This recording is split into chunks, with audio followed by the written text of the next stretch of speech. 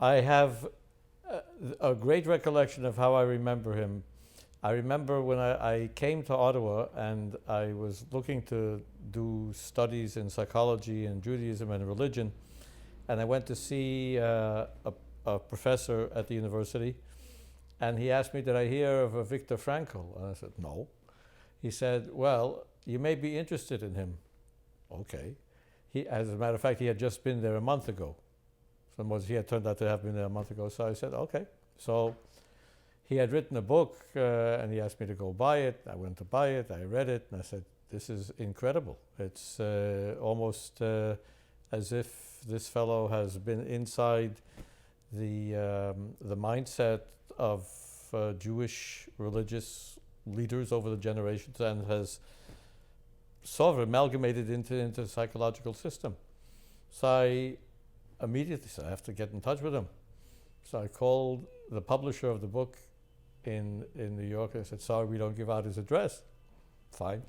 But you could send us a letter and we'll send it over to him. Fine. So I sent a letter, went over to them.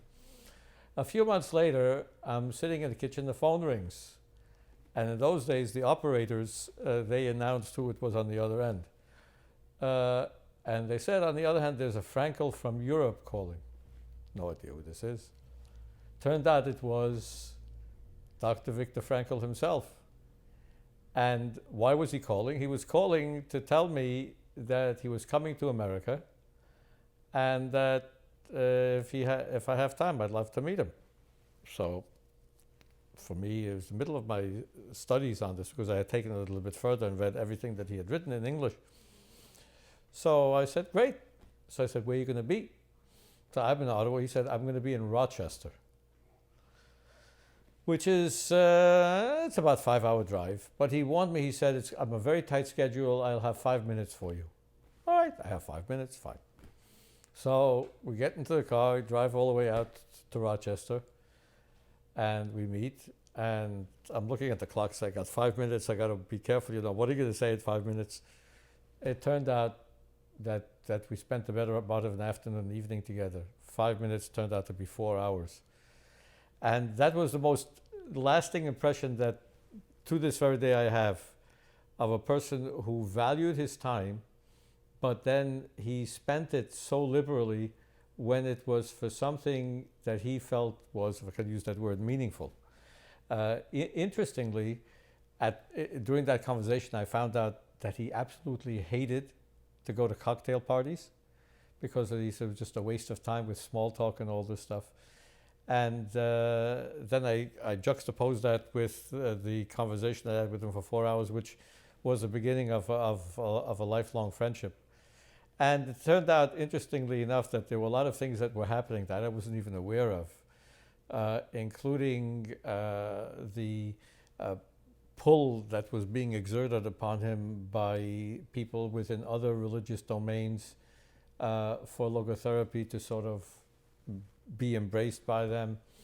And so this was like a welcome opportunity to say, well, to use his words, to say to somebody like Tweedy, you want logotherapy to be Christian, but Bulka says it's Jewish.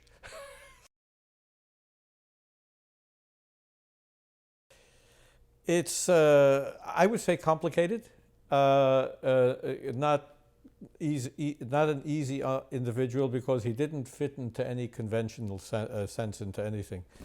How do you explain an individual who, when you sit down with him, he takes a pen and he starts to doodle, and in 5 minutes he's giving you a profile of yourself that's as accurate as it comes, It's an individual who, just thinks differently than others. He had a passion about logotherapy not being misunderstood. This is something that I saw in him all the time. Nothing bothered him more than people who would take a statement and out of context or would distort what logotherapy is, and it bothered him because this really was his baby.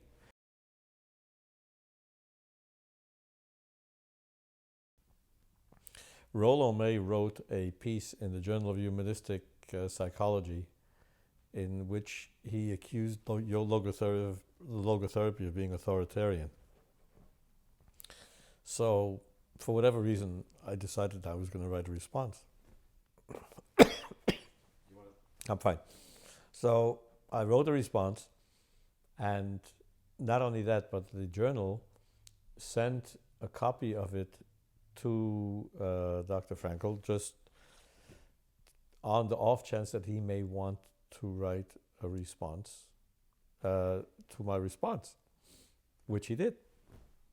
And this was quite interesting, because in the end, apparently, they actually met, and Rollo, from what I understand, actually admitted that he didn't fully understand logotherapy, and I don't know if he went so far as to apologize, but they became good friends, which is nice.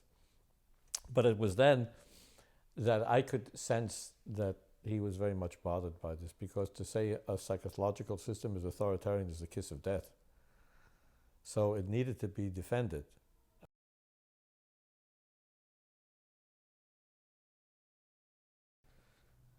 Weaknesses. I think that ironically, one of his strengths probably was also at the same time his weakness, in the sense that he was so protective of logotherapy that it sometimes got him down, maybe a little bit overprotective. I'm not sure. It's hard to say about an individual like that. That it's. I'm not even sure it's appropriate to use the word weakness. It's something that it stood him well, but also could get him into trouble, because sometimes if you're too quick to defend and you're too quick to rise up in anger against something that you don't like, and maybe there may be one or two times that he did lose his cool, but I don't necessarily think that getting angry is a weakness if it's a controlled anger. And I mean, he didn't get angry over petty stuff. That's for sure. So the stuff that he got angry about was stuff that was worth getting angry over.